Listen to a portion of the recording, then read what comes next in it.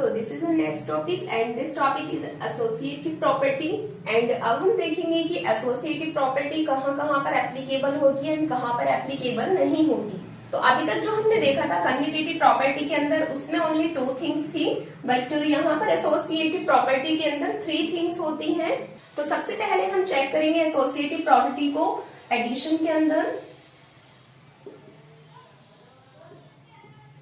तो एडिशन के अंदर इसको जब चेक करेंगे यहाँ पर एसोसिएटिव प्रॉपर्टी के अंदर 3 थिंग्स होती हैं, like a plus B plus C and इसमें a plus B plus C है और यहाँ पर भी इसमें सेम चीजें रहती हैं। तो इसमें चेक ये करना होता है कि जैसे कि फर्स्ट वाली साइड में हम a प्लस बी को पहले सॉल्व करके बाद में c को सॉल्व करें एंड अदर साइड में b प्लस सी को पहले सॉल्व कर ले एंड इस a को बाद में सॉल्व करें, तो क्या हमारे पास सेम आंसर आएगा? इस चीज का आंसर अभी हमें तब मिलेगा जब हम इसको चेक कर लेंगे। तो किसी भी प्रॉपर्टी को चेक करने के लिए वैसे तो 8th क्लास के अंदर मैक्सिमम फ्रैक्शंस के ही नंबर्स आते हैं, बट अभी मैं इजी मेथड में एक्सप्लेन करने की कोशिश कर रही हूँ कि इजी मेथड में अगर हम होल नंबर्स को ले लेंगे तो वो ज्यादा बेटर होगा। तो यहाँ पर a की प्लेस पर मैंने ले लिया है 4 एंड प्लस b की प्लेस पर ले लिया है मैंने 6 एंड प्लस c की प्लेस पर मैंने ले लिया है 3। तो यहाँ पर जैसे कि a प्लस बी को ब्रैकेट में क्लोज किया गया है, वो इसलिए किया गया है बिकॉज हम पहले a प्लस बी को ही सॉल्व करेंगे, तो वैसे ही हम इसकी वैल्यूज को सॉल्व करेंगे। पहले इसमें वैल्यूज को पुट कर लेते हैं। तो a की प्लेस पर 4 है तो वो 4 ही रहने देंगे एंड प्लस का साइन है and after that this is 6 and plus 3। अब इसमें से पहले हम सॉल्व करेंगे 6 एंड 3 को। तो 4 प्लस 6 जो इक्वल होता है वो होता है 10 के इक्वल एंड बाकी हमारे पास यहाँ पर 3 बचा है। अब इसको सॉल्व करेंगे so 10 plus 3 will be equals to 13 and here in this side this is 4 and this is plus and this is 6 plus 3। So 6 plus 3 को जब ऐड करेंगे वो बन जाएगा 9 एंड अब जब 4 में ऐड करेंगे इस 9 को तो ये होगा 13 के इक्वल। अब हम यहाँ पर देख सकते हैं कि हमारे पास दोनों साइड्स में से ही सेम आंसर्स आए हैं। 13 is equals to 13, so we can say associative property is applicable in the addition. तो अब हम इसी एसोसिएटिव प्रॉपर्टी को चेक करेंगे सब्ट्रैक्शन के अंदर। अब देखते हैं कि क्या ये प्रॉपर्टी सब्ट्रैक्शन के अंदर एप्लीकेबल होगी या नहीं।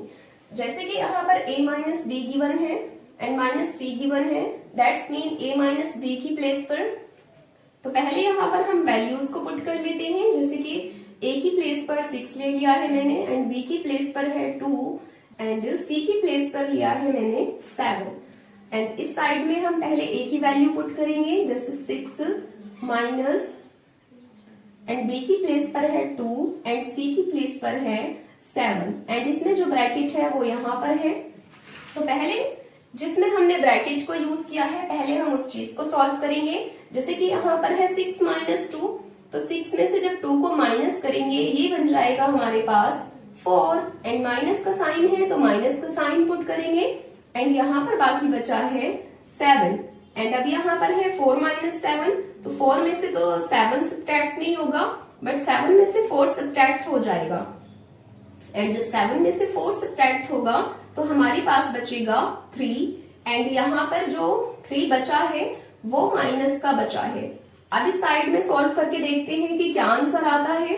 तो यहाँ पर 6 है, 6 एज इट इज रहेगा। जब भी ब्रैकेट के आउटसाइड में कहीं पर माइनस का साइन होता है तो ब्रैकेट के इनसाइड के साइन चेंज हो जाते हैं एंड जब इस ब्रैकेट को ओपन करेंगे तो वो बन जाएगा, ये जो 2 है वो तो माइनस का ही रहेगा बिकॉज ये 2 अभी पॉजिटिव में है तो अब माइनस में कन्वर्ट हो जाएगा एंड यहाँ पर माइनस का 7 है तो ये जो माइनस का 7 है वो प्लस का 7 बन जाएगा एंड अब इसको सोल्व करेंगे तो यहाँ पर पॉजिटिव के 2 नंबर्स हैं 6 एंड 7। 6 प्लस 7 को जब एक जगह पर ऐड करेंगे तो ये बन जाएगा टोटल 13 एंड माइनस का है 2, सो 13 में से जब 2 सब्ट्रैक्ट होगा ये बन जाएगा 11 एंड अब इसमें हम देख सकते हैं कि एक साइड में तो हमारे पास माइनस का 3 आ रहा है एंड एक साइड में हमारे पास 11 आया है, तो यहाँ पर दोनों के आंसर्स चेंज है। That's mean associative property can't be applicable in subtraction. Subtraction के अंदर ये प्रॉपर्टी एप्लीकेबल नहीं है। अब इसको चेक करते हैं हम मल्टीप्लीकेशन के अंदर।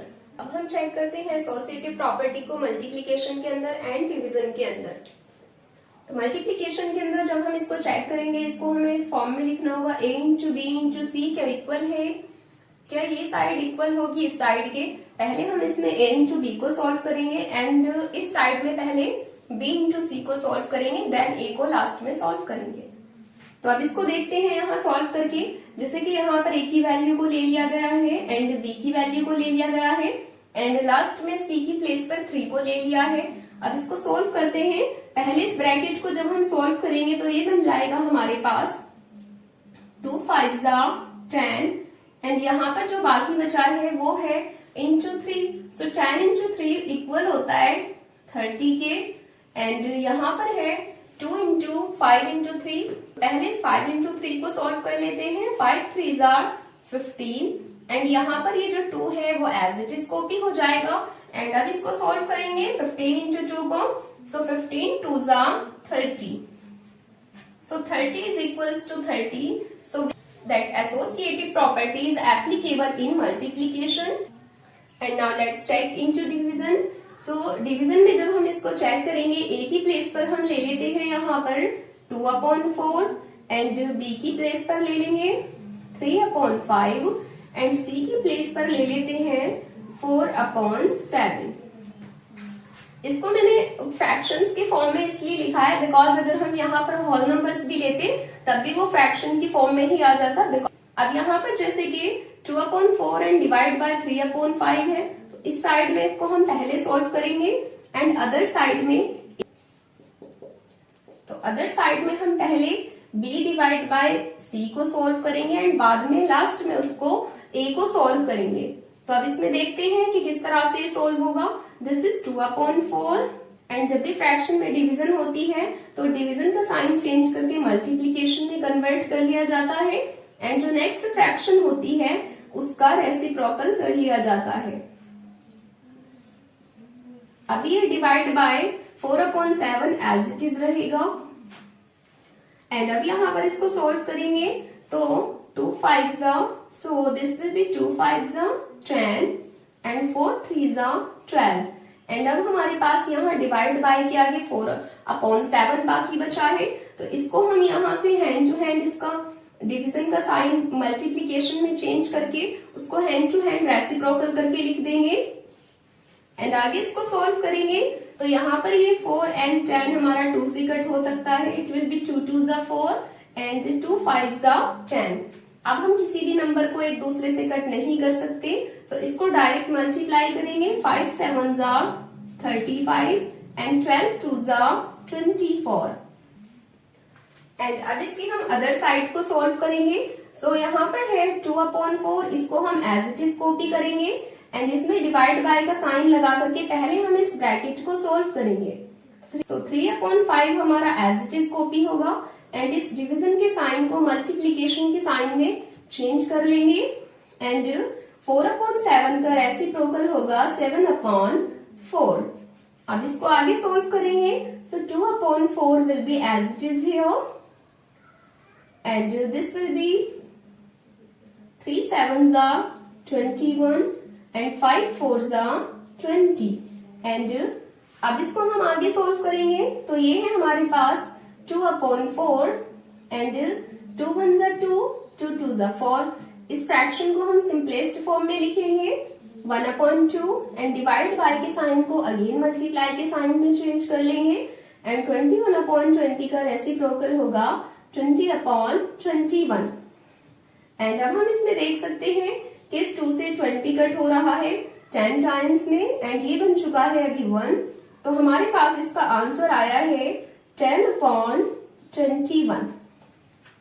सो अब हम इसमें देख सकते हैं कि एसोसिएटिव प्रॉपर्टी डिवीजन के अंदर एप्लीकेबल नहीं है बिकॉज यहाँ पर 35/24 है एंड अदर साइड में 10/21 है। सो these two numbers are not equals to other, so we can say associative property can't be applicable in the division.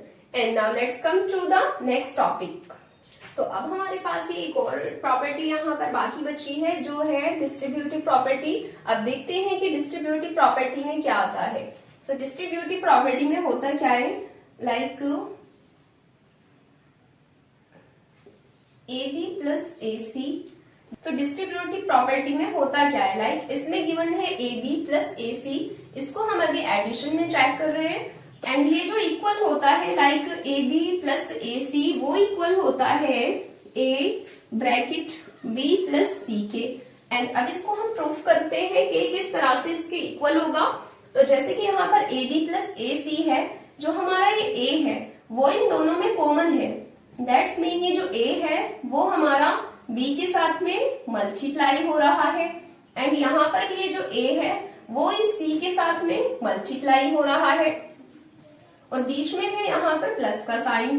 तो यहाँ पर जब A B के साथ में एंड A C के साथ में मल्टीप्लाई हो रहा है तो वो इसके इक्वल होगा। एंड वो किस तरह से इक्वल होगा, बिकॉज जब हम इस ब्रैकेट को ओपन करेंगे तो पहले ये A, इसका मीनिंग क्या होता है, इस ब्रैकेट का मतलब ये है कि यहाँ पर ब्रैकेट के आउटसाइड में जो है A है उसको पहले B के साथ में मल्टीप्लाई करना होगा एंड देन इस C के साथ में मल्टीप्लाई करना होगा। वैसे तो इसको हम इस तरह से भी सॉल्व करते हैं कि पहले जो A है उसको एज इट इज रहने देंगे एंड B प्लस C को पहले सॉल्व कर लेंगे, बाद में इन दोनों का जो भी सम आएगा उससे A को मल्टीप्लाई कर देंगे तो भी हमारे पास वही आंसर आएगा एंड इसके अंदर भी हमारे पास वही आंसर आएगा। बट एक्चुअल में डिस्ट्रीब्यूटिव प्रॉपर्टी के अंदर इस तरह की प्रॉपर्टी यूज होती है। अब इसको प्रूफ करते हैं इसके वैल्यूज को लेकर के, जैसे कि A की वैल्यू है हमारे पास 2 एंड यहाँ पर मल्टीप्लाई के आगे B है तो B की प्लेस पर हम ले लेते हैं 5 को।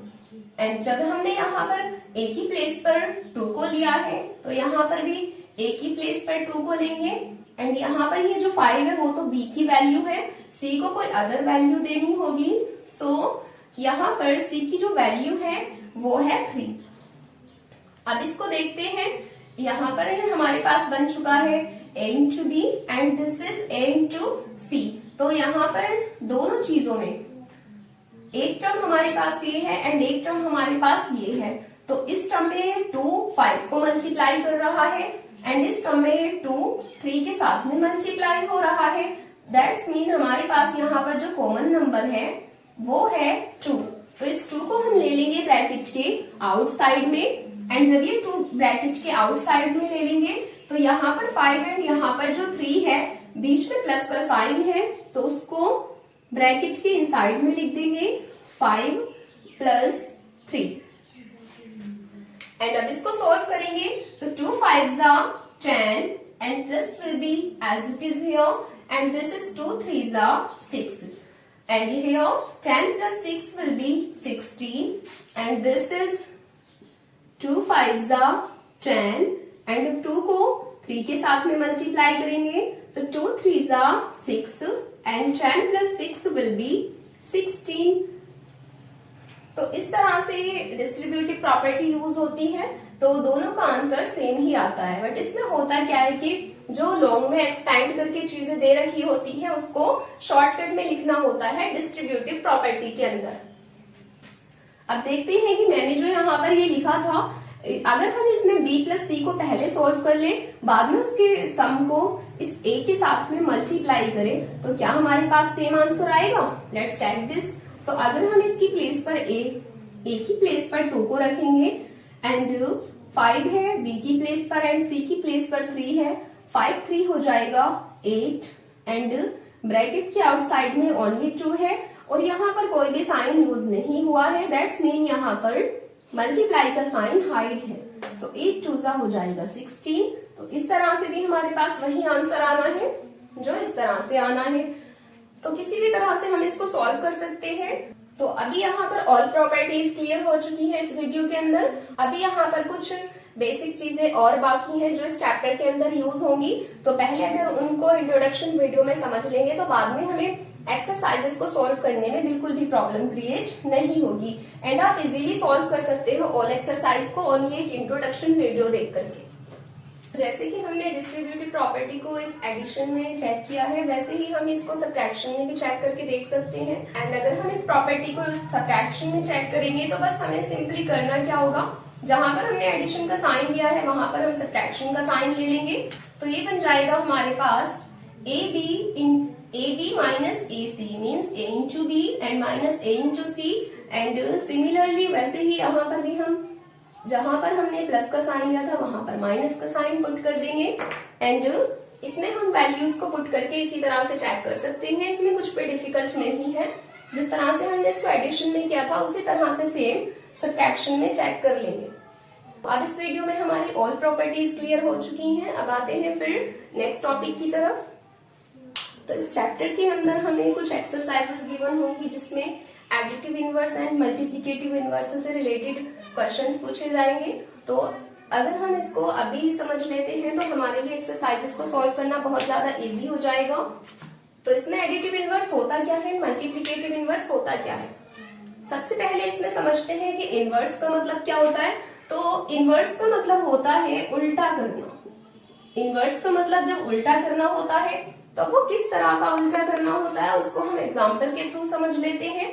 अगर हमें एडिटिव इनवर्स करना है किसी नंबर का, जैसे कि यहाँ पर 5 दे रखा है, तो 5 का अगर हम एडिटिव इनवर्स करेंगे तो वो बन जाएगा -5। तो 5 का एडिटिव इनवर्स -5 होगा।